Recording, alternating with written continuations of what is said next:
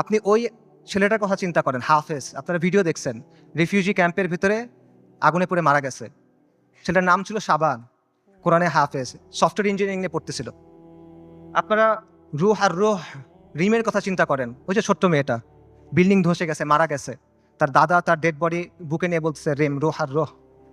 তার কথা চিন্তা করেন, তাদের কষ্টের কথা চিন্তা করেন। আপনি ওই বাবার কথা চিন্তা করেন যে সে বিস্কিট কিনতে গেছিল বাচ্চার জন্য, ফিরে এসে দেখে তার স্ত্রী সন্তান মারা গেছে। সে কান্না করতেছে আর বিস্কিটটা বাচ্চার হাতে দিয়ে বলছে, বাবা তুমি এটা নিয়ে যাও।